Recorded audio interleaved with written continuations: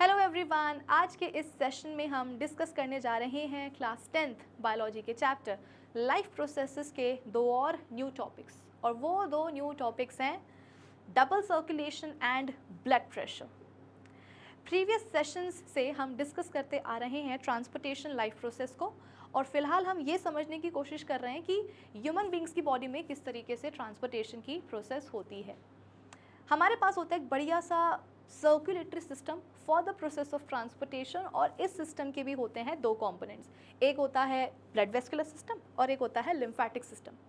Previous sessions से हम बात करते आ रहे थे ब्लड वेस्कुलर सिस्टम के ऊपर, और इसके भी तीनों कंपोनेंट्स को हम एकदम डिटेल में जाकर के डिस्कस कर चुके हैं। मतलब कि blood, blood vessels and heart, इन तीनों के ही कॉन्सेप्ट्स को हम अच्छे से समझ चुके हैं। तो अब बारी आती है अपने चैप्टर में थोड़ा सा और आगे बढ़ने की और कुछ नए कॉन्सेप्ट्स को डिस्कस करने की, और इसीलिए इस सेशन में हम बात करेंगे ब्लड प्रेशर के ऊपर, और साथ ही साथ हम बात करेंगे डबल सर्कुलेशन के ऊपर भी। और यही तो है हमारे आज के इस सेशन का टारगेट।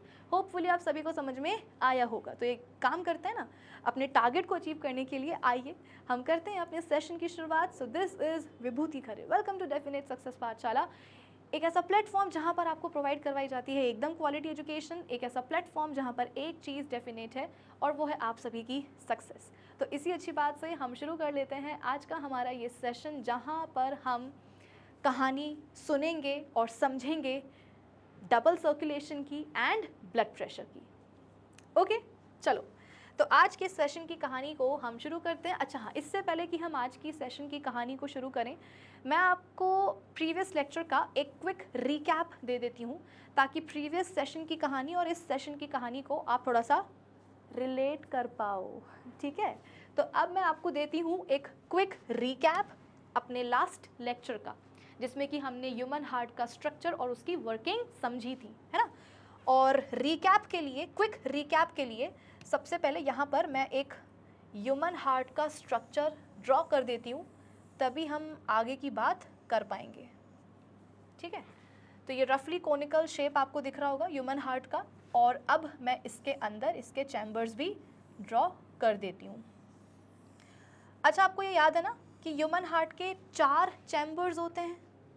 ह्यूमन हार्ट क्या होता है? 4 चैम्बर्ड। याद है कि नहीं बेटा? याद होना चाहिए, प्रीवियस लेक्चर में अपन ये पढ़ चुके हैं। ठीक है, चलो ऊपर के जो 2 चैम्बर्स होते हैं, ऊपर की जो 2 चैम्बर्स होते हैं इन्हें हम बोलते हैं एट्रिया, और नीचे के जो 2 चैम्बर्स होते हैं उन्हें हम बोलते हैं वेंट्रिकल्स। ठीक है, अब देखो ये जो एट्रियम है ये लेफ्ट साइड में है ना, तो इसीलिए अपन इसको बोल देते हैं लेफ्ट एट्रियम। ये वाला जो एट्रियम है ये राइट साइड में है, तो इसीलिए अपन इसको बोल देते हैं राइट एट्रियम।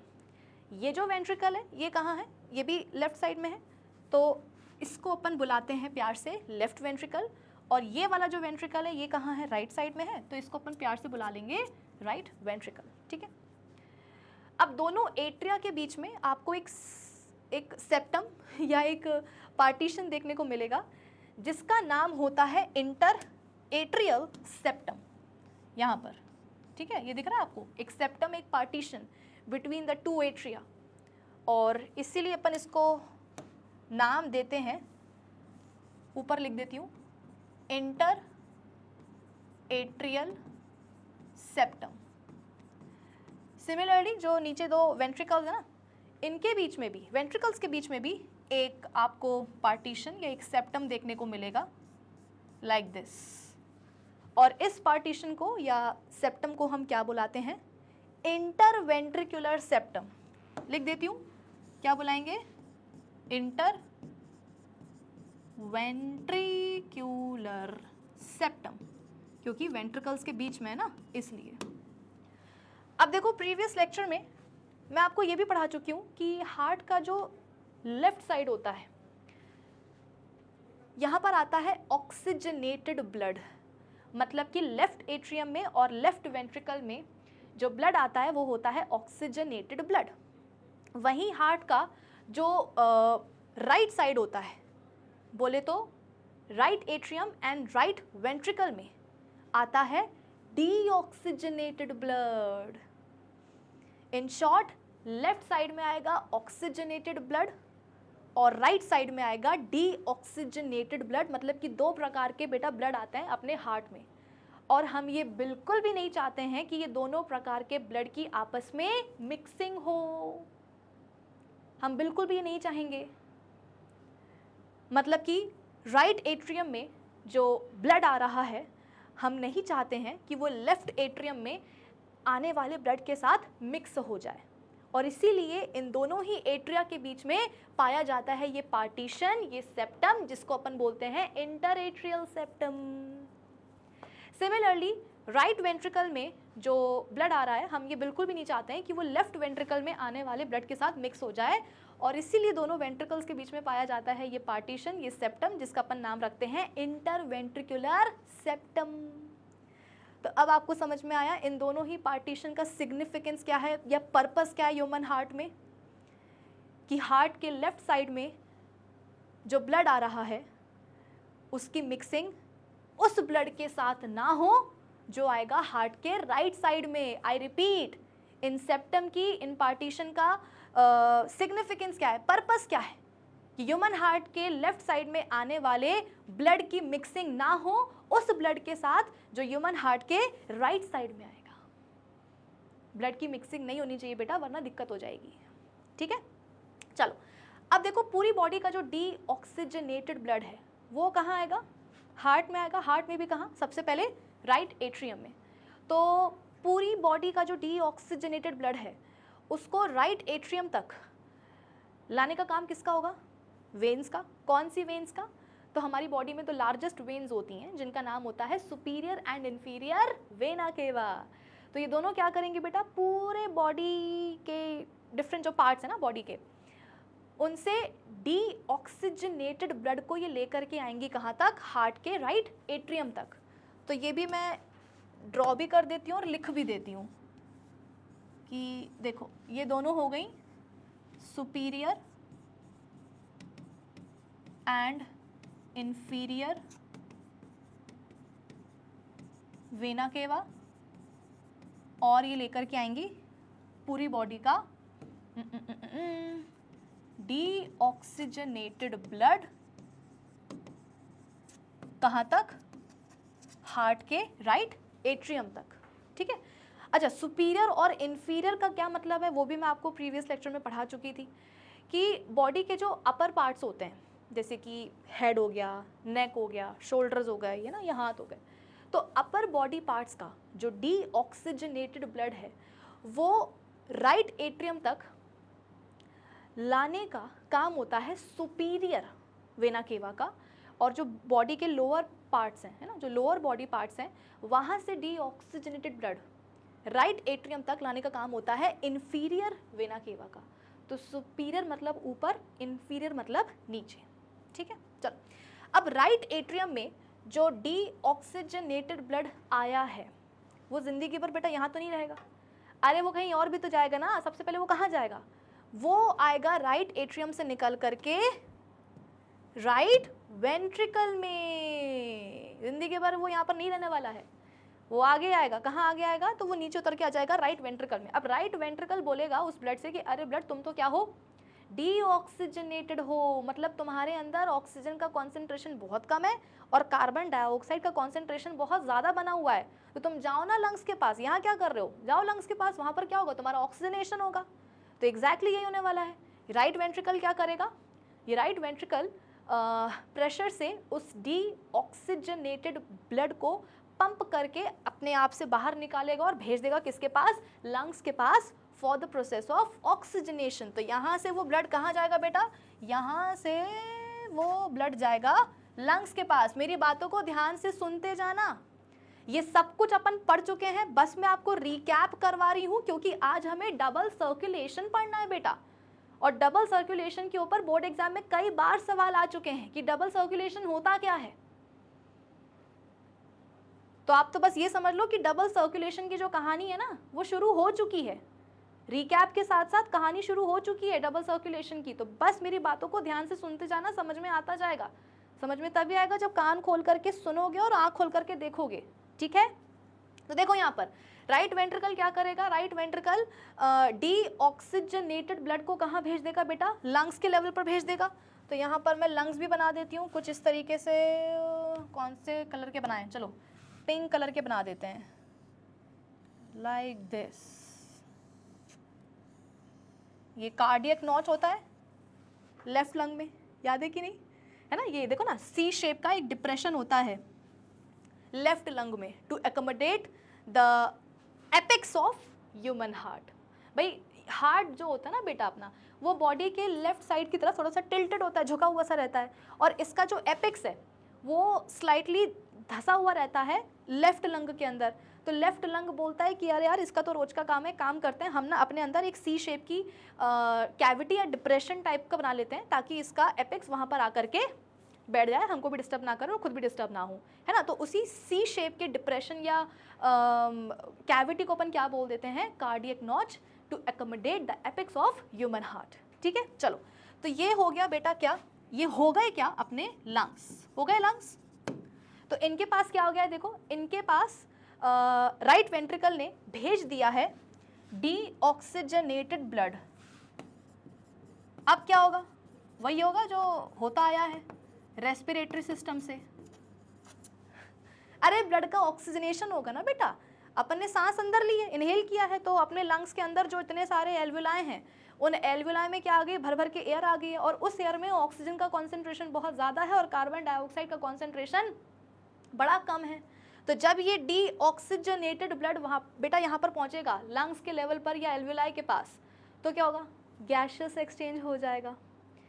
एल्वुलाए के अंदर जो एयर होती है, एयर में जो इतनी सारी ऑक्सीजन होती है, वो हाई कॉन्सेंट्रेशन से लो कॉन्सेंट्रेशन की तरफ आ जाती है, मतलब कि एल्वुलाए से निकल करके बेटा वो ऑक्सीजन कहाँ आ जाएगी, इसी ब्लड के अंदर आ जाएगी। एल्वुलाए में जो एयर भरी होती है उसमें जो ऑक्सीजन होती है वो बोलती है कि अरे अरे मैं तो जहाँ पर हूँ यहाँ पर मेरा कॉन्सेंट्रेशन बहुत ज़्यादा है, और सामने जो ब्लड आया है उसमें मेरा कॉन्सेंट्रेशन बहुत कम है, तो मैं अपने हाई कॉन्सेंट्रेशन से लो कॉन्सेंट्रेशन में आ जाती हूँ। इसके मतलब क्या, एल्वुलाए में जो एयर होती है उसमें जो ऑक्सीजन होती है वो वहाँ से डिफ्यूज़ होकर के कहाँ आ जाती है बेटा, ब्लड के अंदर आ जाती है। ठीक है, सिमिलरली ब्लड के अंदर जो कार्बन डाइऑक्साइड होती है ये बोलती है कि अरे अरे मैं तो जहाँ पर हूँ वहाँ पर मेरा कॉन्सेंट्रेशन बहुत ज़्यादा है, सामने जो एल्वुलाए है उनमें जो हवा भरी हुई है उस हवा में मेरा कॉन्सेंट्रेशन बहुत कम है, तो मैं भी अपने हाई कॉन्सेंट्रेशन से लो कॉन्सेंट्रेशन में आऊँगी, यानी कि ब्लड की जो कार्बन डाइऑक्साइड गैस होती है बेटा वो डिफ्यूज़ हो जाती है और कहाँ पहुँच जाती है, ब्लड से निकल करके एल्वुलाए की एयर में पहुँच जाती है।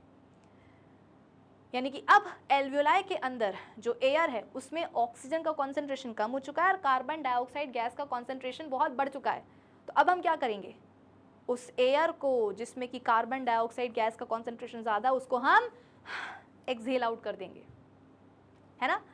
और हुआ क्या, बातों ही बातों में बेटा ब्लड का ऑक्सीजनेशन हो चुका है, मतलब कि अब ब्लड बन चुका है डीऑक्सीजनेटेड से ऑक्सीजनेटेड ब्लड। तो यहाँ पर मैं लिख देती हूँ कि यहाँ पर क्या हुआ है, ऑक्सीजनेशन हुआ है, oxygenation of blood takes place, ठीक है। और अब बन चुका है ब्लड क्या, ऑक्सीजनेटेड, लाइक दिस, ये हो चुका है ऑक्सीजनेटेड ब्लड। अब लंग्स क्या बोलेंगे, लंग्स बोलेंगे इस ब्लड को कि अरे ब्लड तुम तो क्या हो, तुम तो मतलब तुम्हारा ऑक्सीजनेशन हो चुका है, तुम तो बन चुके हो अब एक ऑक्सीजनेटेड ब्लड, तो तुम यहाँ क्या कर रहे हो, तुम जाओ ना डिफरेंट बॉडी पार्ट्स के सेल्स के पास, क्योंकि जो डिफरेंट बॉडी पार्ट्स के जो सेल्स हैं वो रो रहे हैं कि हमें ऑक्सीजन चाहिए, हमको ऑक्सीजन चाहिए, तो तुम जाओ ना वहाँ पर, तुम यहाँ क्या कर रहे हो। तो ब्लड बोलता है कि हाँ हाँ जाते हैं, रुक जाओ, लेकिन पहले हम कहाँ जाएंगे, हार्ट के पास जाएंगे। तो लंग्स बोलता है ओके, है ना, लंग्स जो अब है ना अपने दो फेफड़े, ये बोलते हैं कि हाँ चलो ठीक है, सबसे पहले हम क्या करते हैं, तुमको हार्ट के पास ही भेज देते हैं। तो लंग्स से बेटा ये जो ऑक्सीजनेटेड ब्लड है ये कहाँ जाने वाला है, लंग्स से ये ऑक्सीजनेटेड ब्लड जाएगा सबसे पहले कहाँ, हार्ट में। हार्ट में भी कहाँ, मैंने क्या बताया था आपको, हार्ट का जो लेफ्ट साइड होता है यहाँ पर आता है ऑक्सीजनेटेड ब्लड और राइट साइड में आता है डीऑक्सीजनेटेड ब्लड।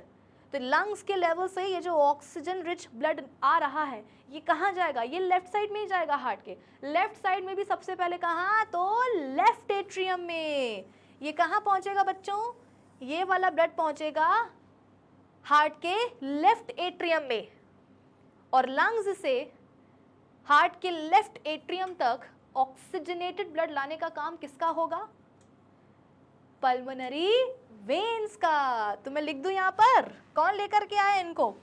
इनको लेकर के आया है या आई हैं पल्मोनरी वेन्स। क्योंकि बेटा ये बात तो एक सच है कि हार्ट तक ब्लड लाने का काम किसका होता है? वेन्स का होता है। और क्योंकि ये वेन्स ब्लड को कहाँ से लेकर के आ रही हैं? लंग्स से लेकर के आ रही हैं, इसलिए अपन इनको इनका नाम अपन रख देते हैं पल्मोनरी वेन्स। तो पल्मोनरी वेन्स क्या करेंगी? ऑक्सीजन रिच ब्लड लेकर के आएंगी लंग्स से, कहाँ? हार्ट के लेफ्ट एट्रियम तक। अब देखो लेफ्ट एट्रियम में ब्लड आ गया है, ऑक्सीजन रिच ब्लड आ गया, तो जिंदगी भर वो क्या यहीं रहेगा क्या? नहीं, वो ब्लड बेटा आगे बढ़ेगा, कहाँ आएगा? वो लेफ्ट वेंट्रिकल में आएगा। लेफ्ट वेंट्रिकल बोलेगा कि अरे ब्लड तुम तो क्या हो, तुम तो ऑक्सीजन रिच हो, तो तुमको तो पूरे बॉडी पार्ट्स में फैल जाना चाहिए। तो ब्लड बोलता है कि हाँ ठीक है, आप मुझे प्रेशर से पंप करके बाहर निकाल दो, मैं फैल जाऊंगा पूरी बॉडी में। तो लेफ्ट वेंट्रिकल बोलता है ओके। तो अब क्या होगा? लेफ्ट वेंट्रिकल की जो मस्कुलर वॉल्स होंगी वो जोर से कॉन्ट्रैक्ट करेंगी, जिसके कारण प्रेशर से क्या होगा? लेफ्ट वेंट्रिकल में जो ऑक्सीजन रिच ब्लड पड़ा होता है ना बेटा, वो लेफ्ट वेंट्रिकल से बाहर निकल जाता है। ये सब क्यों हो रहा है? ये सिर्फ फिर से लिए हो रहा है ताकि ऑक्सीजनेटेड ब्लड पूरे डिफरेंट बॉडी पार्ट्स तक पहुंच जाए। तो लेफ्ट वेंट्रिकल की जो मस्कुलर वॉल्स होती हैं, थिक मस्कुलर वॉल्स होती हैं लेफ्ट वेंट्रिकल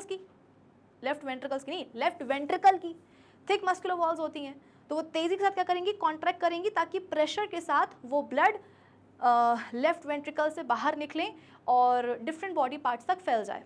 अच्छा, लेफ्ट वेंट्रिकल से oxygenated blood different body parts तक फैलाने का काम किसका होता है?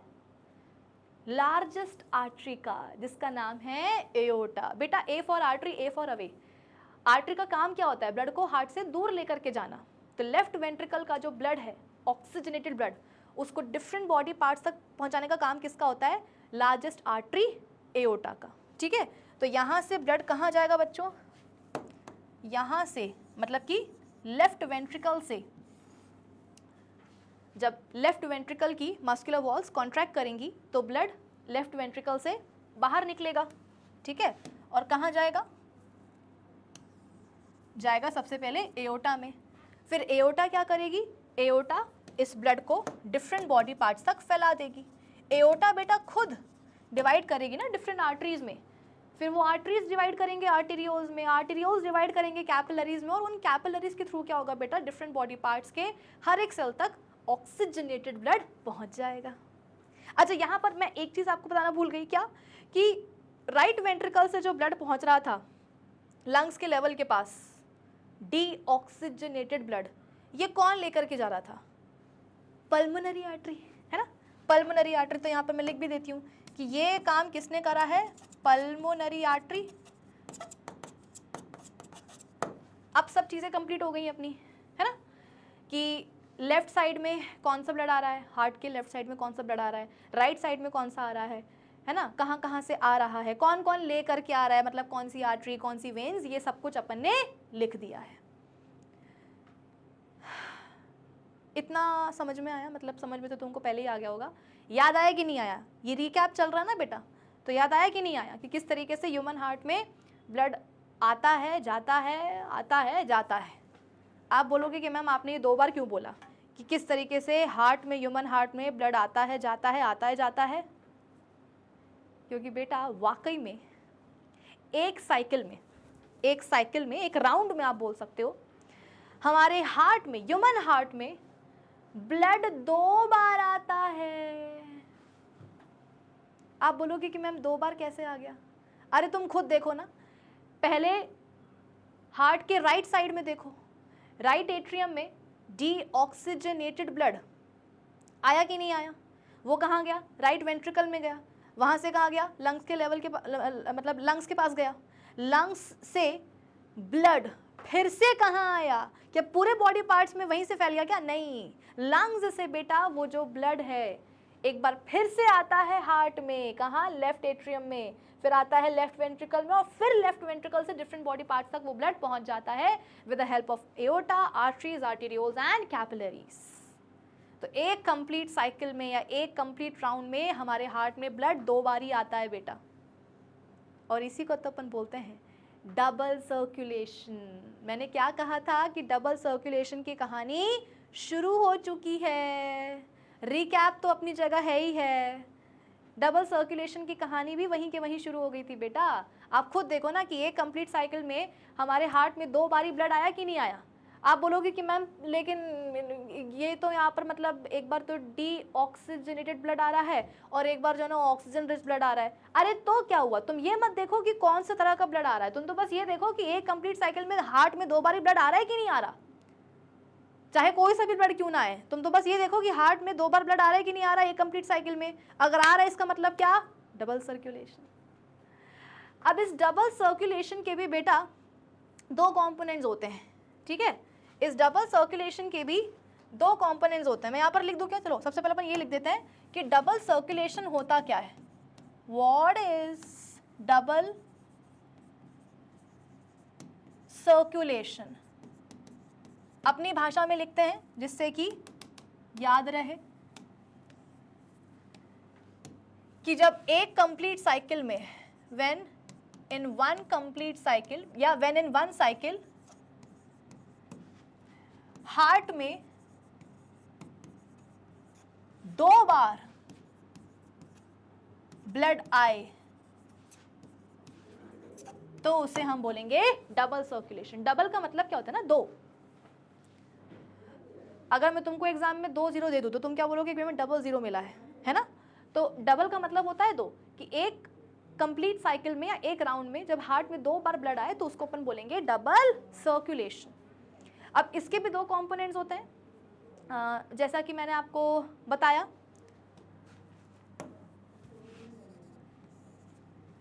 एक होता है पल्मोनरी सर्कुलेशन और एक होता है सिस्टेमिक सर्कुलेशन। बेटा डबल सर्कुलेशन के भी ना 2 कंपोनेंट्स होते हैं, एक होता है पल्मोनरी सर्कुलेशन और एक होता है सिस्टेमिक सर्कुलेशन। देखो मैंने आपको पहले बताया है कि जब भी अपन लंग्स की बात करते हैं तब हमेशा हम क्या करते हैं, ये पल्मोनरी वर्ड हम इस्तेमाल करते हैं, है ना। तो तुमको मैंने क्या बताया कि भाई डबल सर्कुलेशन के 2 कंपोनेंट्स हो गए, एक हो गया पल्मोनरी सर्कुलेशन और एक होगा सिस्टेमिक सर्कुलेशन। तो सिस्टेमिक तुम्हें भले ही नाम से समझ में ना आए, लेकिन पल्मोनरी सर्कुलेशन के नाम से तुम्हारे दिमाग में कुछ ना कुछ तो क्लिक करना चाहिए कि मैम एक ऐसा सर्कुलेशन, डबल सर्कुलेशन का भी एक ऐसा कंपोनेंट, यानी कि एक ऐसा टाइप ऑफ सर्कुलेशन जिसमें कि लंग्स इन्वॉल्व हैं। नाम से ही बेटा कुछ कुछ चीज़ें समझने की कोशिश किया करो। लोग कहते हैं नाम में क्या रखा है, लेकिन बायोलॉजी में बिल्कुल उल्टा होता है, नाम में ही सब कुछ रखा होता है।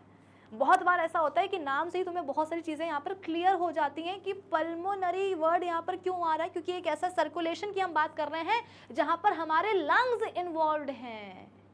एग्जैक्टली।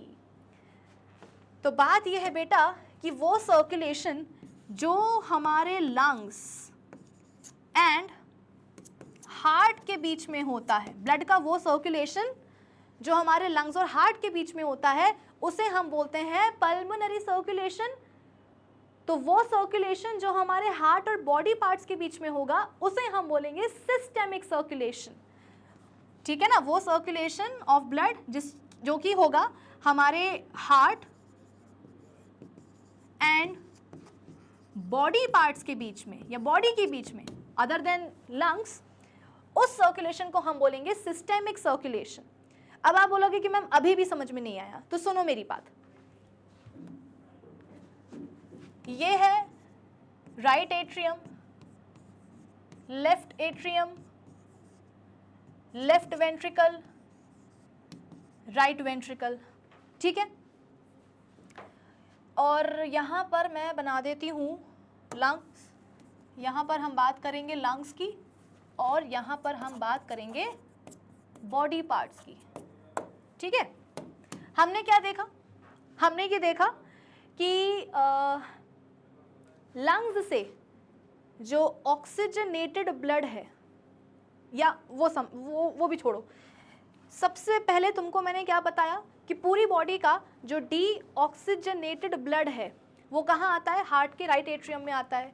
यहाँ से कहाँ जाएगा, राइट वेंट्रिकल में। राइट वेंट्रिकल से बेटा वो ब्लड कहाँ जाएगा, राइट वेंट्रिकल से डीऑक्सीजनेटेड ब्लड जाएगा लंग्स के पास for the process of oxygenation. तो यहाँ पर मैं लिख दूँ कि हुआ क्या, राइट वेंट्रिकल से ब्लड पहुंचा है लंग्स के पास, कौन सा वाला, डीऑक्सीजनेटेड। काय को पहुंचा है, ऑक्सीजनेशन के लिए और काय के लिए, ठीक है। फिर लंग्स के लेवल पर क्या होगा, ऑक्सीजनेशन होगा, और फिर वो ऑक्सीजनेटेड ब्लड दोबारा कहाँ जाएगा बेटा, हार्ट में ही तो जाएगा ना, हार्ट में तो जाएगा, लेकिन इस बार कहाँ जाएगा, लेफ्ट साइड में जाएगा, मतलब कि लेफ्ट एट्रियम में जाएगा। राइट वेंट्रिकल से ब्लड निकला और पहुंचा लंग्स के पास, और फिर लंग्स से ब्लड कहाँ गया, दोबारा हार्ट के पास ही गया, लेकिन कहाँ, लेफ्ट एट्रियम में गया। तो यहाँ पर मैं ये भी लिख देती हूँ कि अब जो ऑक्सीजनेटेड ब्लड है वो कहाँ पहुंचेगा, लंग्स से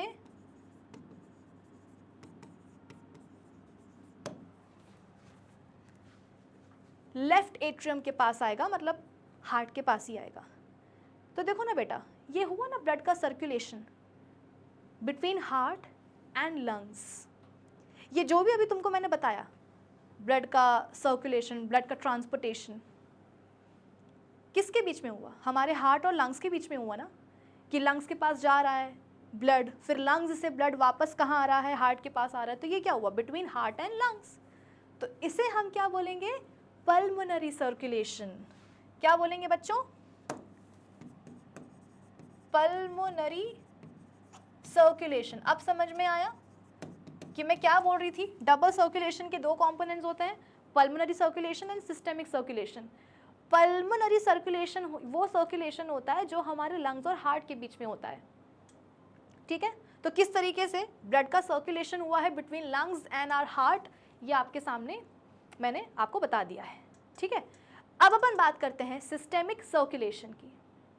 अब सिस्टेमिक सर्कुलेशन को समझने के लिए तुम जरा यहाँ पर ये देखो कि पल्मोनरी सर्कुलेशन के थ्रू जो ऑक्सीजनेटेड ब्लड लेफ्ट एट्रियम तक आ चुका है, उसका आगे क्या होगा भाई। लंग्स से ऑक्सीजनेटेड ब्लड लेफ्ट एट्रियम तक आ तो गया है, लेकिन क्या वो ब्लड बेटा अब जिंदगी भर लेफ्ट एट्रियम में ही बैठा रहेगा क्या, नहीं, वो नीचे उतर करके आएगा लेफ्ट वेंट्रिकल में, और फिर लेफ्ट वेंट्रिकल से वही oxygenated blood different body parts तक फैला दिया जाएगा या डिलीवर कर दिया जाएगा, है ना। तो ये बात भी मैं लिख देती हूँ कि लेफ्ट वेंट्रिकल से जो ऑक्सीजनेटेड ब्लड है वो डिफरेंट बॉडी पार्ट्स तक भेज दिया जाएगा, ठीक है।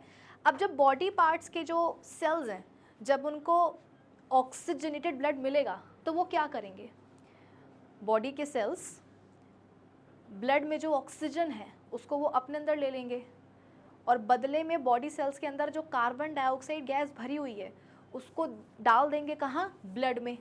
यानी कि अब ब्लड में ऑक्सीजन का कॉन्सेंट्रेशन कम हो गया है और कार्बन डाइऑक्साइड का कॉन्सेंट्रेशन बढ़ गया है, यानी कि अब ब्लड क्या बन चुका है बच्चों, डीऑक्सीजनेटेड ब्लड बन चुका है। तो अब डिफरेंट बॉडी पार्ट्स से जो डीऑक्सीजनेटेड ब्लड है वो कहाँ पहुँचेगा, वो दोबारा से पहुँचने वाला है हार्ट के पास। हार्ट में भी कहाँ, राइट एट्रियम में। I repeat, different body parts से निकल करके डीऑक्सीजनेटेड ब्लड कहाँ पहुँचेगा, हार्ट के राइट एट्रियम में पहुँचेगा। ये भी मैं लिख देती हूँ, ये देखो, डिफरेंट बॉडी पार्ट्स से निकल करके डीऑक्सीजनेटेड ब्लड पहुँच जाएगा कहाँ तक, हार्ट के अंदर। अंदर भी कहाँ, तो राइट एट्रियम में। तो जरा अब देखो, यहाँ पर भी तो ब्लड का सर्कुलेशन हुआ between heart and our body, है ना, कि हार्ट से निकल करके आया oxygenated blood, different body parts में उसको फैला दिया गया, डिलीवर कर दिया गया। बॉडी पार्ट्स के सेल्स ने क्या करा, ऑक्सीजनेटेड ब्लड को डीऑक्सीजनेटेड ब्लड में कन्वर्ट करके रख दिया, यानी कि ब्लड से ऑक्सीजन ले लिया और उसमें कार्बन डाइऑक्साइड फेंक दी।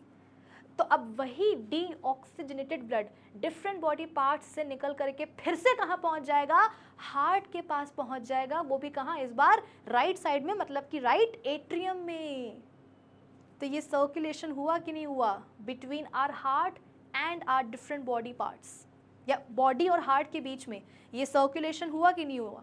और इसी सर्कुलेशन को बच्चों हम बोलते हैं सिस्टेमिक सर्कुलेशन, सिस्टेमिक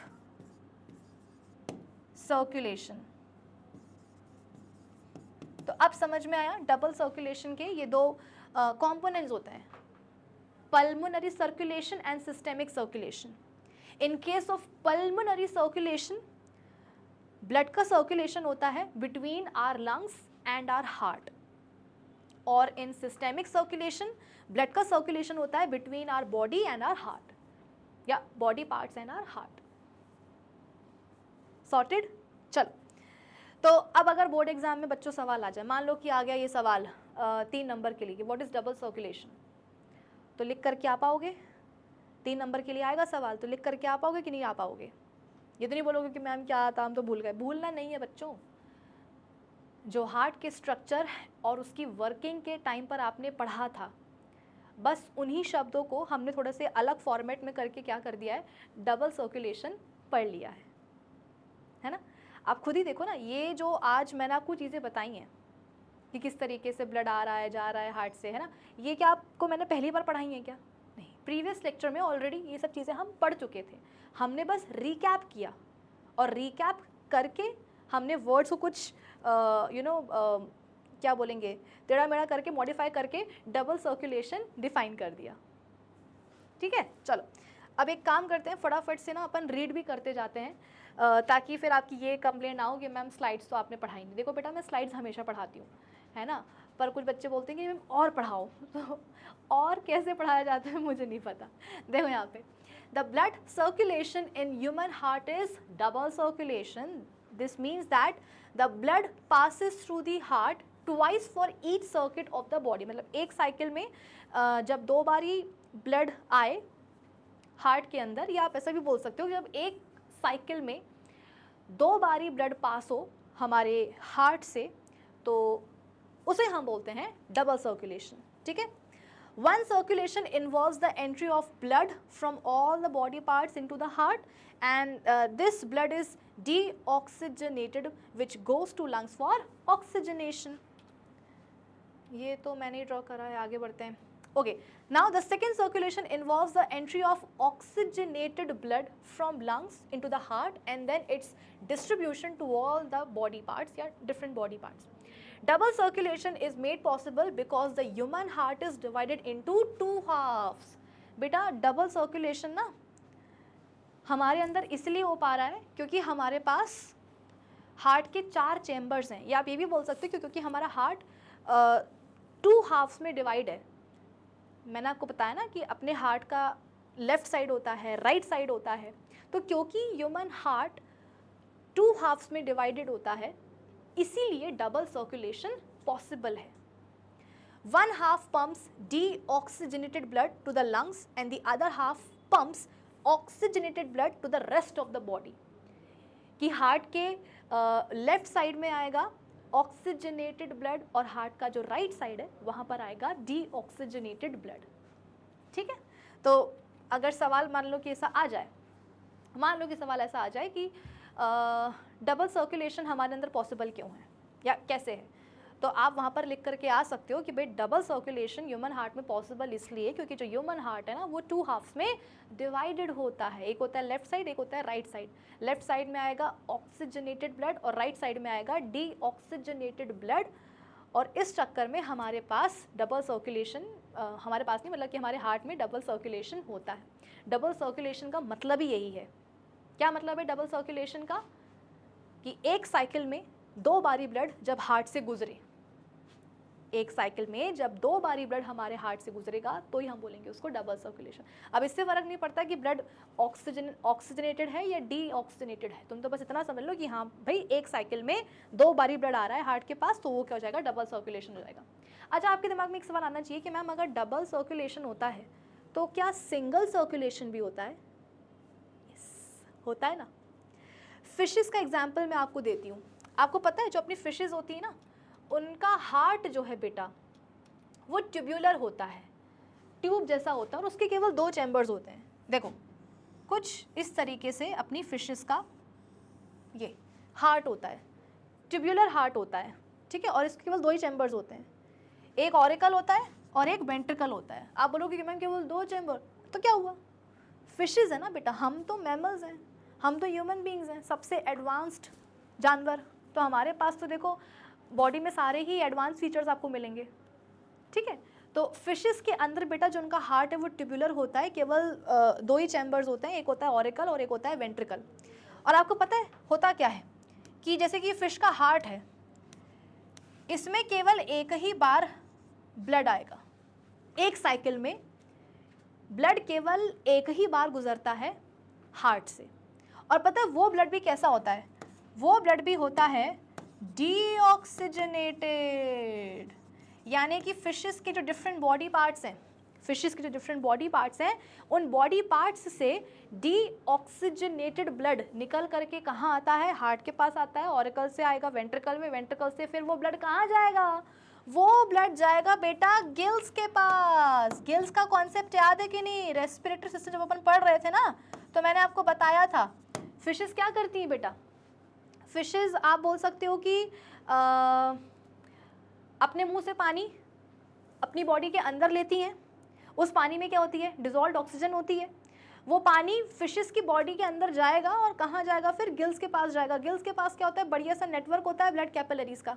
तो मान लो कि जैसे कि ये क्या है, गिल्स हैं, है ना, मान लो कि ये क्या है, गिल्स हैं, और इनके पास बढ़िया सा क्या है, नेटवर्क है ब्लड कैपिलरीज का, ठीक है। तो जैसे ही पानी इन गिल्स के ऊपर से गुजरेगा, जैसे सपोज ये पानी है, ये गिल्स हैं, ठीक है ना, तो जैसे ये पानी इन गिल्स के ऊपर से गुजरेगा, पानी में जो डिजॉल्व्ड ऑक्सीजन होगी ना बेटा, वो डिफ्यूज होकर के पानी से मतलब बाहर निकल करके कहाँ आ जाएगी, गिल्स में आ जाएगी, और गिल्स के पास जो ब्लड कैपिलरीज का नेटवर्क है उसके अंदर घुस जाएगी ऑक्सीजन, मतलब कि मछली के ब्लड में आ जाएगी ऑक्सीजन।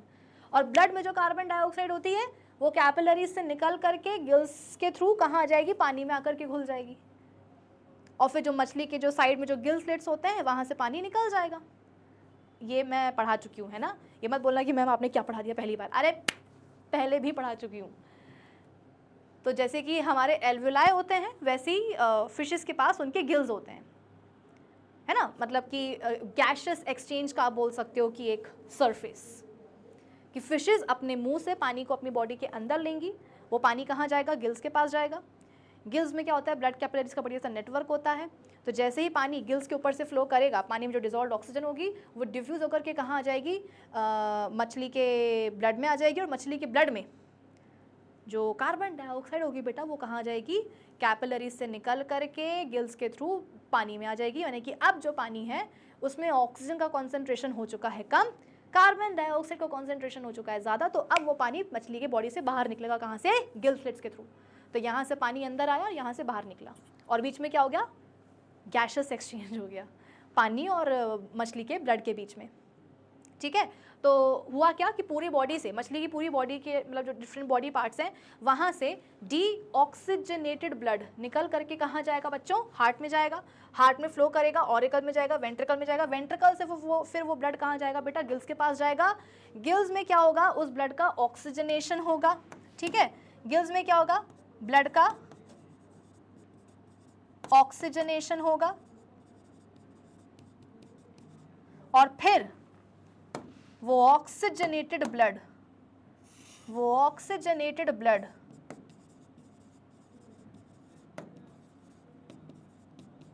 मछली के बॉडी पार्ट्स में फैल जाएगा। बॉडी पार्ट्स ऐसे लिख देती हूँ, है ना। आप बोलोगे कि मैम बॉडी पार्ट्स को फिर मिलेगा कैसे, ऑक्सीजन रिच ब्लड तो मिल तो रहा है, लेकिन वो हार्ट से नहीं आएगा, वो कहाँ से आएगा बेटा, ऑक्सीजन रिच ब्लड गिल्स से आएगा डिफरेंट बॉडी पार्ट्स तक, ठीक है। फिर क्या होगा, बॉडी पार्ट्स क्या करेंगे, बॉडी पार्ट्स उस ऑक्सीजनेटेड ब्लड का इस्तेमाल करेंगे, ब्लड से ऑक्सीजन ले लेंगे, बदले में डाल देंगे क्या उसमें, कार्बन डाइऑक्साइड, यानी कि अब वो ब्लड क्या बन जाएगा, डीऑक्सीजनेटेड। और फिर डिफरेंट बॉडी पार्ट्स से वो डीऑक्सीजनेटेड ब्लड कहाँ पहुँचेगा बेटा, हार्ट के पास पहुँचेगा।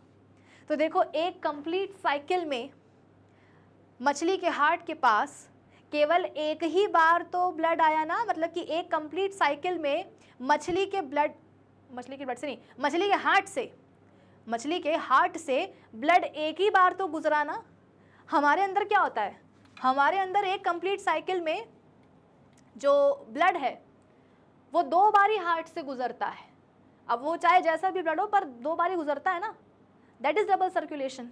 और यहाँ पर क्या हुआ बेटा, यहाँ पर हुआ आपका सिंगल सर्कुलेशन, मछली के अंदर है सिंगल सर्कुलेशन की एक कंप्लीट साइकिल में मछली के हार्ट से केवल एक ही बार उसका खून निकला है, ब्लड जो है ना मूव करा है। तो this is single circulation. Single circulation कि पूरी बॉडी का डीऑक्सीजनेटेड ब्लड कहाँ आएगा, हार्ट में आएगा। 2 चैम्बर्ड हार्ट होता है, ऑरिकल वेंट्रिकल, वहाँ से ब्लड निकलेगा, कहाँ जाएगा, गिल्स के पास जाएगा। गिल्स के लेवल पर क्या होगा, ब्लड का ऑक्सीजनेशन होगा और फिर वो ऑक्सीजन रिच ब्लड पूरे बॉडी पार्ट्स में फैला दिया जाएगा, जहाँ पर फिर से क्या होगा, ब्लड में से ऑक्सीजन ली जाएगी, कार्बन डाइऑक्साइड दी जाएगी। इसका मतलब फिर से वो डीऑक्सीजनेटेड ब्लड पूरे बॉडी का कहाँ जाएगा, हार्ट में जाएगा। तो एक कंप्लीट साइकिल में केवल हार्ट से एक ही बार ब्लड गुजरा है, इसको अपन क्या बोलते हैं, सिंगल सर्कुलेशन बोलते हैं। ठीक है, तो ये बात होगी किसकी, फिशेस की। अब हम बात करते हैं एम्फीबियंस की, मतलब कि मेंढक वगैरह की, है ना। तो बेटा उनके पास ना 3 चैम्बर्ड हार्ट होता है। अब आप बोलोगे कि मैम 3 चैम्बर्ड का क्या मतलब है, एट्रिया 2 होते हैं, वेंट्रिकल एक ही होता है। ठीक है, जैसे कि मेंढक है तो ये हो गए 2 ऑरिकल और एक हो गया वेंट्रिकल। 2 ऑरिकल्स होते हैं और एक वेंट्रिकल होता है। लेफ्ट ऑरिकल में आता है, ठीक है, आपकी एनसीईआरटी में इतना नहीं दिया है बेटा, लेकिन मैं अपनी आदत से मजबूर हूँ, थोड़ा सा मैं आपको बुक के बाहर का पढ़ा देती हूँ। ठीक है, लेफ्ट ऑरिकल में आता है या लेफ्ट एट्रियम में आता है ऑक्सीजनेटेड ब्लड, और राइट वाले में क्या आएगा, राइट वाले में आएगा डीऑक्सीजनेटेड ब्लड। आप बोलोगे कि हाय राम मैम यहाँ पर तो ब्लड की मिक्सिंग हो जाएगी, क्यों, क्योंकि ऑरिकल्स 2 हैं और वेंट्रिकल एक ही है। लेफ्ट ऑरिकल में आ गया ऑक्सीजन रिच ब्लड और राइट ऑरिकल में कौन सा आया, डीऑक्सीजनेटेड ब्लड। अब इन दोनों ही ऑरिकल्स के जो रिस्पेक्टिव ब्लड हैं जब एक कॉमन वेंट्रिकल में जाएंगे तो मैम वेंट्रिकल में तो क्या होगा, दोनों प्रकार के ब्लड्स की मिक्सिंग हो जाएगी। एग्जैक्टली यानी कि अब यहाँ पर आकर के ब्लड की मिक्सिंग हो गई है, ब्लड बन चुका है क्या, मिक्स्ड ब्लड। और बेटा यही मिक्स्ड ब्लड पूरी बॉडी में फ्लो करेगा। आप बोलोगे कि मैम इसका मतलब ये है कि जो अपने एम्फीबियंस होते हैं, मेंढक वगैरह, उनकी डिफरेंट बॉडी पार्ट्स तक जो ब्लड पहुंचता है वो होता है मिक्स टाइप का। तो जी हाँ बेटा, मैंने तुमको क्या बोला था अभी 5 मिनट पहले कि हम तो सबसे मॉडर्न जानवर हैं, हमारे पास बॉडी में जितने भी फीचर्स आपको मिलेंगे ना वो एकदम एडवांस फीचर्स होंगे। आप फिशेस को देख लो, आप फिशेस को देख लो कि उनका तो हार्ट में केवल 2 ही चेम्बर्स होते हैं। आप एम्फीबियंस को देख लो, उनके हार्ट में 3 चैम्बर्स हैं, 2 ऑरिकल्स और एक वेंट्रिकल। अलग अलग ऑरिकल में अलग अलग ब्लड आया, लेकिन अल्टीमेटली वेंट्रिकल में आकर के क्या होगा, ब्लड की मिक्सिंग हो गई और फिर वही mixed blood different body parts तक फैलेगा। तो आप बोलोगे कि मैम अगर mixed blood different body parts तक जाएगा तो फिर ऑक्सीजन की उतनी एफिशिएंट सप्लाई नहीं हो पाएगी। आप याद करो कि पिछले लेक्चर में मैंने आपको बताया था कि हमारे पास जो 4 चेम्बर्स होते हैं हार्ट के, ये हमारे लिए यूज़फुल क्यों हैं, क्यों हमको प्रकृति ने ऐसा बनाया है कि हमारे हार्ट में 4 चेम्बर्स होते हैं। ना सिर्फ हमारे बल्कि जो अपनी बर्ड्स होती हैं बेटा, बर्ड्स, चिड़िया, एव्स, है ना, उनके भी हार्ट में क्या होते हैं, 4 चेम्बर्स होते हैं। और जिस तरीके से ब्लड का सर्कुलेशन हमारे अंदर होता है, ठीक वैसे ही बर्ड्स के अंदर भी होता है। तो हमारे अंदर ऐसा क्यों, इनके अंदर ऐसा क्यों, वो इसलिए बेटा क्योंकि ह्यूमन बीइंग्स यानी कि मैमल्स, और जब हम बात करते हैं बर्ड्स की, तो हम ऐसे जानवर हैं बेटा जिनकी बॉडी में एनर्जी डिमांड बहुत ज़्यादा होती है। याद करो ना पिछला लेक्चर मैंने आपको बताया था कि ये जो हमारे अंदर हार्ट के 4 चेम्बर्स होते हैं, हार्ट के जो 2 साइड्स होते हैं, लेफ्ट एंड राइट, है ना, तो इनसे होता क्या है कि ब्लड की मिक्सिंग नहीं हो पाती है, और ब्लड की मिक्सिंग नहीं हो पाती है और इस चक्कर में बॉडी के हर एक सेल तक जो ऑक्सीजन की जो सप्लाई है वो एफिशिएंट बनी रहती है, क्योंकि भाई हमारे जितने भी बॉडी सेल्स हैं उनको ढेर सारी क्या चाहिए, ऑक्सीजन चाहिए, और ऑक्सीजन पहुंचाने का काम किसका होता है, ब्लड का ही होता है। तो अगर आप ऑक्सीजनेटेड ब्लड और डीऑक्सीजनेटेड ब्लड अगर मिक्स हो गए तो ऐसा नहीं है कि ब्लड ऑक्सीजन लेकर के पहुंच नहीं पाएगा सेल्स के पास, पहुंचेगा, बट उस ब्लड के पास, क्योंकि वो मिक्स्ड टाइप का ब्लड है, तो उस मिक्स्ड टाइप ऑफ ब्लड में ऑक्सीजन का कॉन्सेंट्रेशन कम होगा। तो बॉडी सेल्स बोलेंगे कि अरे यार, मतलब ये तो हमारे पास क्या धोखा हो गया कि ब्लड आया भी, उसमें ऑक्सीजन आई भी, लेकिन जितनी हमको चाहिए उतनी नहीं मिल पा रही है। जैसा कि मैंने आपको बताया था कि कई लोगों के दिल में, जिनके में छेद होता है ना, जिन लोगों के दिल में छेद होता है उनका क्या होता है, ब्रीदिंग रेट जो है थोड़ा सा हायर रेट पर रहता है, मतलब कि वो बहुत जल्दी जल्दी सांसें लेते हैं। क्यों? क्योंकि उनके हार्ट में छेद है, तो दोनों टाइप की जो ब्लड है बेटा उनकी मिक्सिंग हो रही है, और वो मिक्स्ड ब्लड उनके बॉडी सेल्स के पास पहुंच रहा है। बॉडी सेल्स बोलते हैं कि नहीं नहीं, हमको तो ये बिल्कुल भी जो ना एक्सेप्टेबल नहीं है कि हमारे पास जो ब्लड आ रहा है उसमें ऑक्सीजन का कॉन्सेंट्रेशन कम है, हमें तो जितनी ऑक्सीजन चाहिए हमें उतनी ही चाहिए, हम कम में जो है ना नहीं मानेंगे। तो इस चक्कर में क्या होता है, वो इंसान ज़ोर ज़ोर से सांस लेता है, मतलब उसका ब्रीदिंग रेट बढ़ जाता है, ताकि सफिशिएंट ऑक्सीजन की सप्लाई जो है बॉडी सेल्स को मिले। तो सीधी सी बात यह है कि बेटा जो मिक्स्ड टाइप ऑफ ब्लड अगर बॉडी सेल्स तक पहुंचेगा तो बॉडी सेल्स हमारे नाराज़ हो जाएंगे, क्योंकि हमारे बॉडी सेल्स को एनर्जी डिमांड बहुत ज़्यादा है। हम हो चाहे बर्ड्स हो बेटा, हम क्या करते हैं, अपना एक normal constant body temperature maintain करते हैं। बाहर का टेम्परेचर कितना भी क्यों ना हो, जैसे कि अभी गर्मियों का मौसम है, तुम्हारे शहर में बाहर टेम्परेचर चल रहा है कितना, 45 डिग्री सेल्सियस। तो क्या 45 डिग्री सेल्सियस टेम्परेचर तुम्हारे बॉडी के अंदर भी होगा क्या? नहीं, तुम्हारे बॉडी का टेम्परेचर 37 डिग्री सेल्सियस ही बना रहेगा, बाहर कोई भी टेम्परेचर क्यों ना हो। कि ठंड का समय है, टेम्परेचर हो गया तुम्हारे शहर का कितना, 10 डिग्री सेल्सियस, तो क्या तुम्हारी बॉडी के अंदर का टेम्परेचर भी बेटा 10 डिग्री सेल्सियस हो जाता है क्या? नहीं। बर्ड्स के साथ भी ऐसे ही होता है, यानी कि मैमल्स एंड बर्ड्स के लिए आप बोल सकते हो कि हमारे बॉडी में एनर्जी की डिमांड बहुत ज़्यादा होती है। हमें तो अपने बॉडी के एक कांस्टेंट टेम्परेचर को भी मेंटेन करने के लिए क्या चाहिए होती है, एनर्जी चाहिए होती है, और ये एनर्जी हमारे बॉडी सेल्स ही बनाते हैं। कैसे बनाते हैं? सेलुलर रेस्पिरेशन के थ्रू। और सेलुलर रेस्पिरेशन के लिए क्या चाहिए होती है? ऑक्सीजन चाहिए होती है। इसका मतलब ये है कि हमारे बॉडी सेल्स को ऑक्सीजन की सप्लाई बहुत ज़्यादा चाहिए होती है, और ये ऑक्सीजन की एफिशिएंट सप्लाई बनी रहे, इसके लिए ज़रूरी है कि दोनों प्रकार के ब्लड की बेटा मिक्सिंग ना हो। अगर हो गई तो गड़बड़ हो जाएगी, यही मैं आपको हमेशा समझाती हूँ। ठीक है, तो एम्फीबियंस में क्या होता है, एम्फीबियंस में 2 ऑरिकल्स होते हैं, एक वेंट्रिकल होता है, मतलब कि 3 चैम्बर्ड हार्ट होता है। लेफ्ट ऑरिकल में आएगा ऑक्सीजन रिच ब्लड, राइट वाले में आएगा डी ऑक्सीजनेटेड ब्लड। जब वो दोनों ही ब्लड वेंट्रिकल में जाएंगे तो ब्लड की मिक्सिंग हो जाएगी, और फिर वही मिक्स्ड टाइप ऑफ ब्लड जो है डिफरेंट बॉडी पार्ट्स तक पहुंचेगा। आप बोलोगे कि मैम अगर एम्फीबियंस में mix type of blood body parts तक पहुंच रहा है, बॉडी सेल्स तक पहुंचे, तो क्या उनके बॉडी सेल्स नाराज़ नहीं होंगे? नहीं। क्यों? एम्फीबियंस है ना बेटा, लोअर वर्टिब्रेट्स हैं, इनके बॉडी में इतनी एनर्जी की डिमांड होती ही नहीं है। भाई हमको तो दिन भर में 100 काम करने होते हैं, हमको पढ़ना भी है, पढ़ाना भी है, खेलना भी है, कूदना भी है, ये भी करना है, वो भी करना है। मेंढक को कौन सा बेटा इंस्टाग्राम चलाना होता है, मेंढक को कौन सा स्कूल जाना होता है, मेंढक को कौन सा जो है अपनी पढ़ाई करनी होती है, अपना होमवर्क करना रहता है। तो कहने का मतलब ये है जो अपने लोअर वर्टिब्रेट्स है ना, उनकी बॉडी में एनर्जी की डिमांड कम है, और एनर्जी की डिमांड कम है, इसलिए बॉडी सेल्स को ज़्यादा ऑक्सीजन नहीं चाहिए होती। तो अगर उनके पास मिक्स टाइप ऑफ ब्लड भी पहुंच रहा है तो वो गुस्सा नहीं होंगे। ठीक है, फिर हम बात करते हैं किसकी, रेप्टाइल्स की। रेप्टाइल्स में भी क्या होता है बेटा, वही एलिगेटर और क्या बोलते हैं क्रोकोडाइल वगैरह को छोड़ करके, है ना, टर्टल टोर्टोइस क्या होता है, उनको छोड़ करके जितने भी अपने रेप्टाइल्स होते हैं, है ना, स्नेक और ये वो जो घूमती दीवार पे लिजर्ड, इन सब के पास क्या होता है बेटा, 3 चैम्बर्ड हार्ट ही होता है, 2 ऑरिकल्स होते हैं, एक वेंट्रिकल होता है। मतलब कि उनमें भी क्या होता है कि लेफ्ट ऑरिकल में आ जाएगा ये वाला ब्लड, राइट ऑरिकल में आ जाएगा ये वाला ब्लड, वेंट्रिकल में जाकर के दोनों ब्लड की मिक्सिंग हो जाती है, और फिर वही mix type of blood different body parts तक पहुंचता है। तो क्योंकि वो भी क्या है बेटा, रेप्टाइल्स हैं, उनकी भी बॉडी में ज़्यादा एनर्जी की डिमांड है नहीं, तो उनकी भी बॉडी सेल्स क्या करते हैं, अगर उनको उतनी अच्छी ऑक्सीजन नहीं मिली है तो भी उसमें वो चला लेते हैं काम, वो बुरा नहीं मानते हैं। ठीक है, चलो, तो fishes have only 2 chambered heart, venous heart जिसको अपन बोलते हैं। वीनस हार्ट क्यों बोल रहे हैं बेटा, क्योंकि हार्ट में जो ब्लड आ रहा है वो कैसा है, deoxygenated only, passes through the heart. Okay, amphibians जैसे कि frogs हो गए, toads वगैरह हो गए, have 3 chambered heart, that is 2 auricles and 1 ventricle.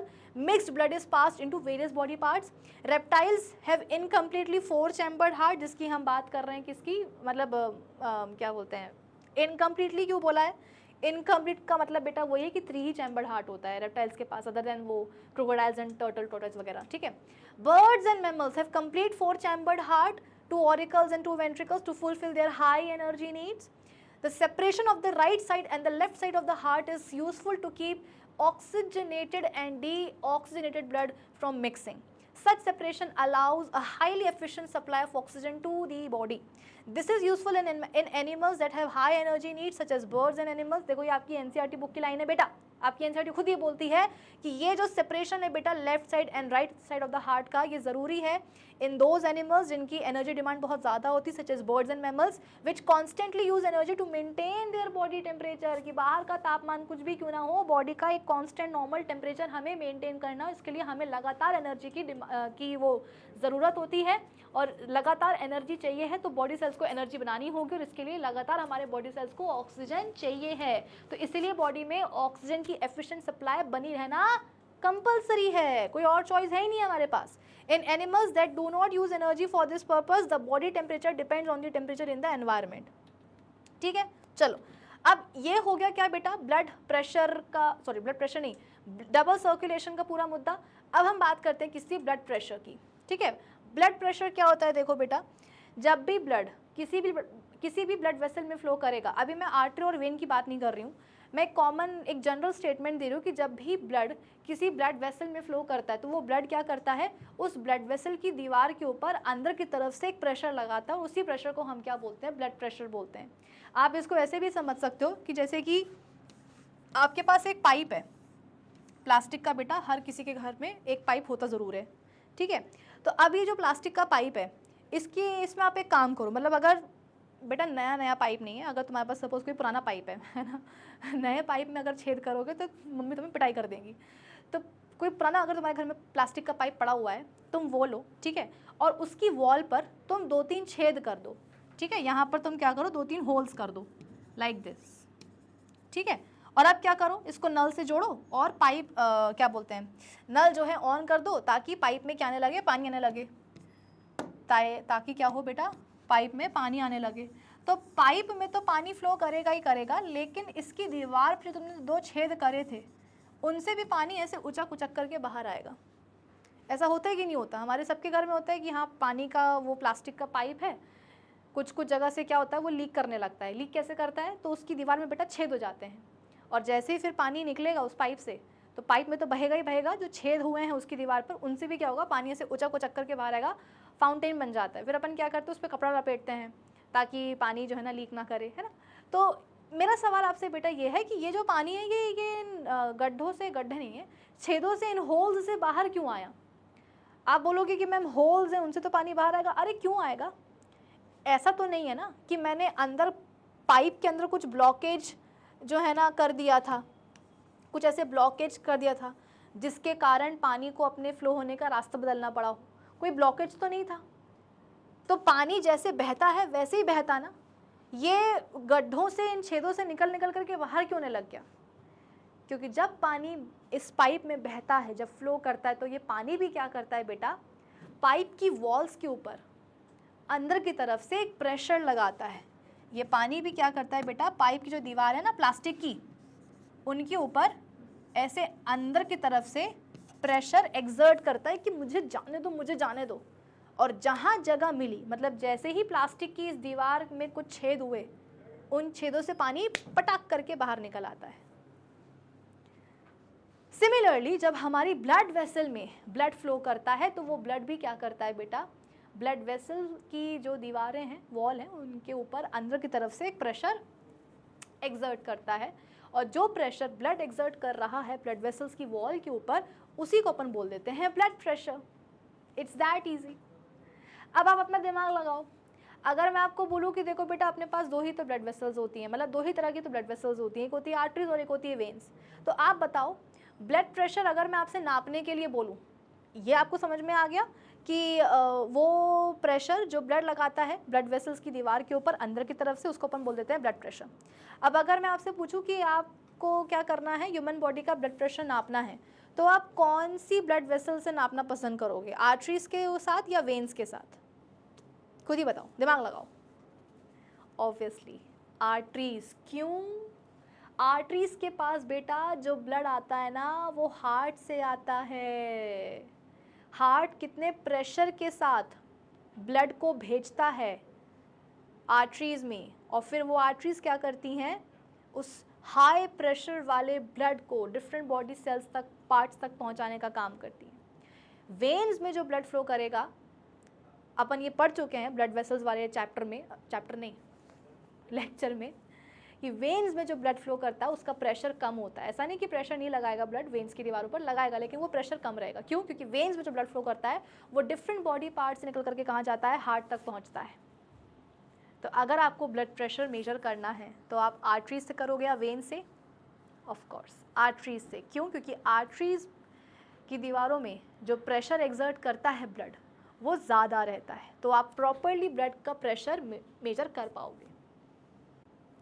देखो यहाँ पे क्या लिखा हुआ है, blood is an important liquid connective tissue that flows in the blood vessels and helps in the transportation. Blood exerts a force against the walls of the vessels. This force is called blood pressure.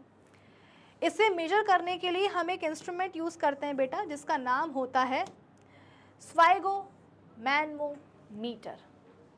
क्या नाम होता है? स्फाइगोमैनोमीटर. ठीक है, ये आप लोगों ने मूवीज़ में देखा होगा. इस तरह का रहता है, एक कफ रहता है ना, एक ऐसा कफ रहता है, हैंड कफ रहता है, और वेलक्रो से जो है उसको ऐसे हाथ पे बांध देते हैं. फिर इसके बाद में क्या मस्कुलर बोल रही हूँ, रबर की ट्यूब्स निकलती हैं. ठीक है, एक रबर की जो ट्यूब होती है, जैसे कि ये कफ हो गया, हैंड कफ हो गया, यहाँ से 2 ट्यूब निकली रबर की. एक ट्यूब जो होती है बेटा, उसके एंड पर एक रबर का बलून जैसा लगा होता है, और जो दूसरी ट्यूब होती है उसके थ्रू डॉक्टर क्या करते हैं, अपना जो स्टेथोस्कोप है वो कनेक्ट करते हैं.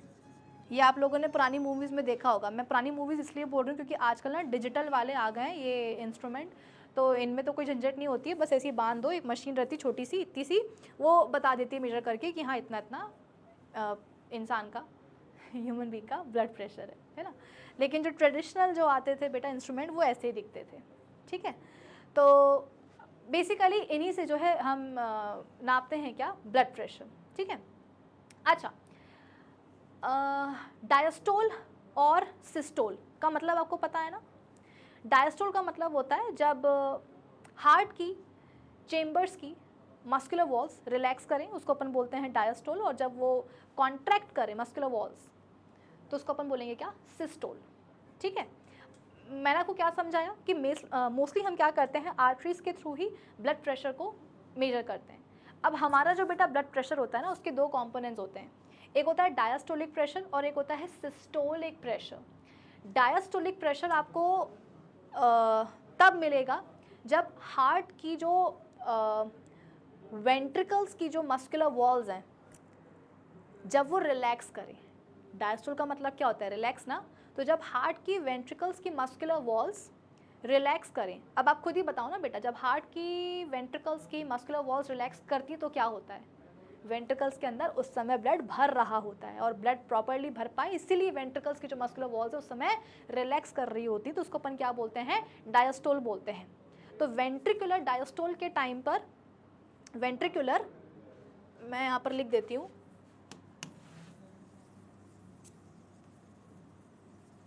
कि ventricular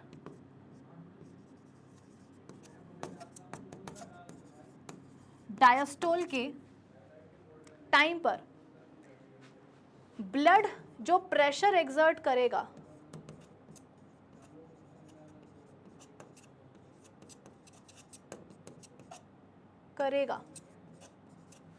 on the wall of arteries, उसे अपन बोलेंगे डायस्टोलिक प्रेशर. ठीक है, ब्लड प्रेशर नापने के लिए हम आर्टरीज का ही इस्तेमाल करेंगे, क्योंकि आर्टरीज के अंदर ही ब्लड का प्रेशर अच्छा देखने को मिलता है ना. वेन्स में तो क्या है, ब्लड का प्रेशर कम रहता है, तो यहाँ पे पहले से पता है कि यहाँ पर ब्लड का प्रेशर कम है, तो क्या मतलब है नापने का. ठीक है, तो वेंट्रिकुलर डायस्टोल का मतलब क्या होता है बेटा, नहीं मतलब जिस समय वेंट्रिकल्स की मस्कुलर वॉल्स रिलैक्स कर रही होती है, मतलब जिस समय वेंट्रिकल्स के अंदर ब्लड फिल हो रहा होता है, उस समय हम बोलते हैं कि क्या हो रहा है, वेंट्रिकुलर डायस्टोल चल रहा है. और उस समय ब्लड जो प्रेशर लगाएगा आर्टरीज की दीवारों के ऊपर, उसको अपन क्या बोलेंगे, डायस्टोलिक प्रेशर. सिमिलरली फिर जब वेंट्रिकल्स की मस्कुलर वॉल्स कॉन्ट्रैक्ट करेंगी, जिसको अपन क्या बोलेंगे, वेंट्रिकुलर सिस्टोल, उस समय ब्लड जो आर्टरीज की दीवारों के ऊपर प्रेशर लगाएगा उसको अपन बोलेंगे सिस्टोलिक प्रेशर, है ना. तो जगह ही नहीं है यार, कहाँ लिखूँ मैं, यहाँ लिख देती हूँ कि वेंट्रिकुलर सिस्टोल के टाइम पर जो प्रेशर लगाएगा blood on the walls of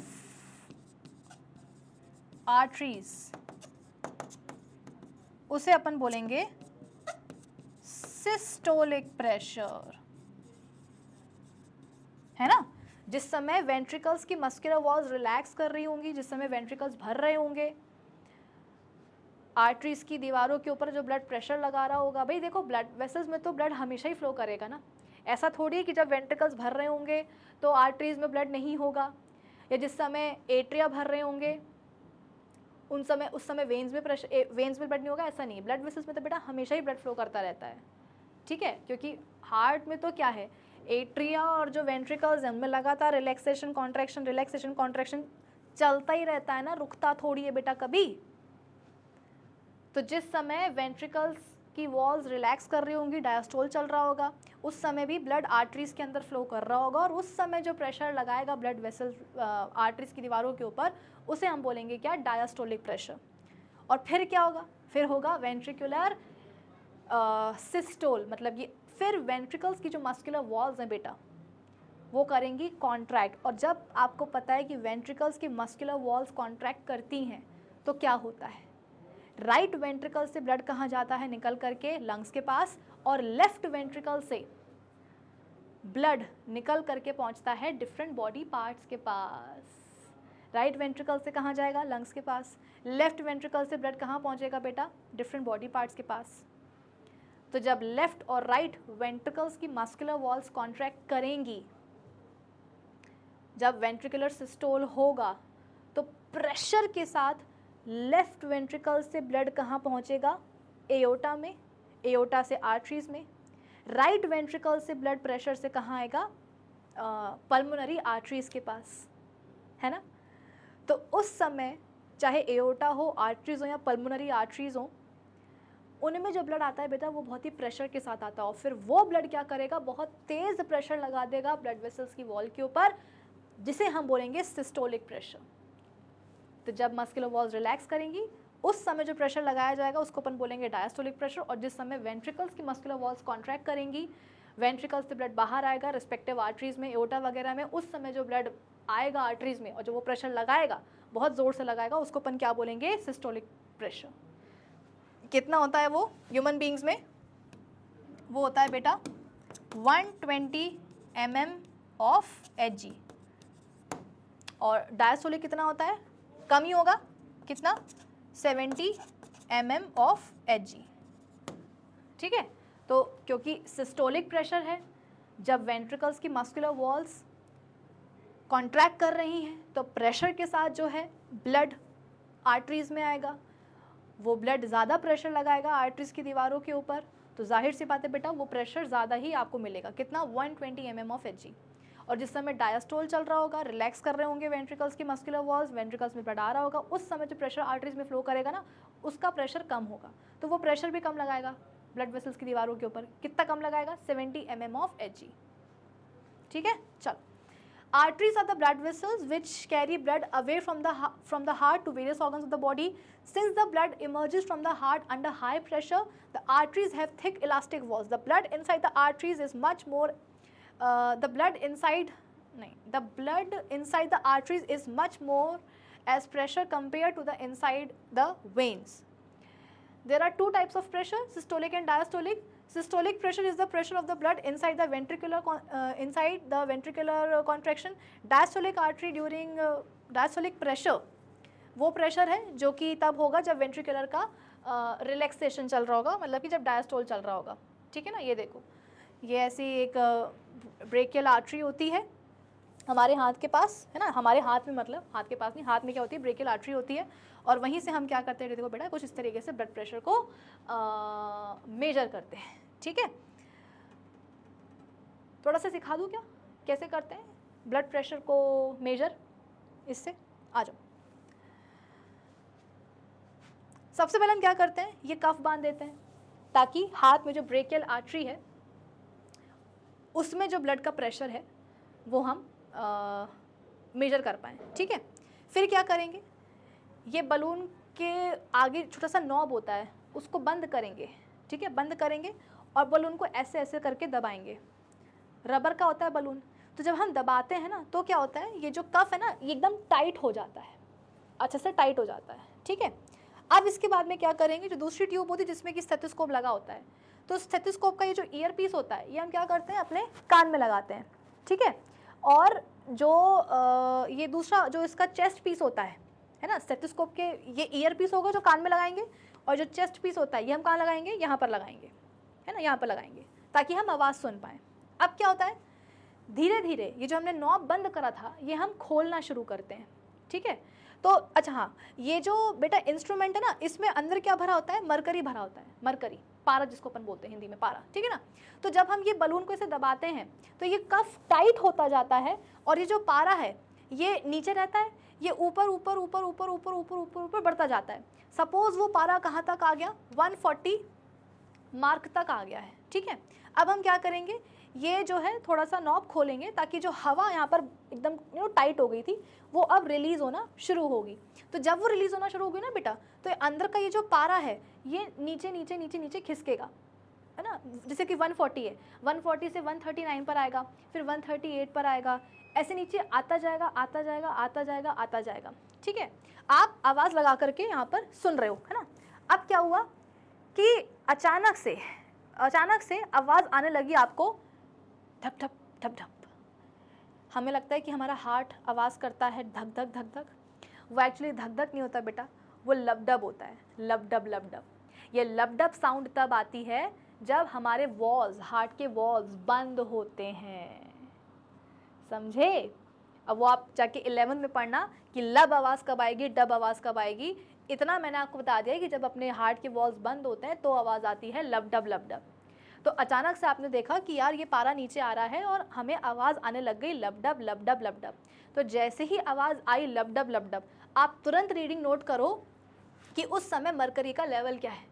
उस समय मरकरी का लेवल था 120, यानी कि आपने सिस्टोलिक प्रेशर निकाल लिया, कितना, 120 mm ऑफ Hg, ठीक है। अब क्या हुआ, आप और ये हवा जो है ना रिलीज़ करते गए, जो पारा है वो नीचे आता गया, लबडब की जो आवाज़ है वो बढ़ती गई मतलब स्ट्रांग होती गई। पहले बहुत फीबल थी, कमज़ोर सी आवाज़ थी, अब वो स्ट्रांग हो रही है, नीचे आ रहे हो। एक टाइम के बाद आकर के क्या होता है बेटा, वो लबडब की आवाज़ आना बंद हो जाती है। तो जिस मोमेंट पर आपको वो लबडब की आवाज़ आना बंद हो, तुरंत देखो कि अब मरकरी का लेवल क्या है।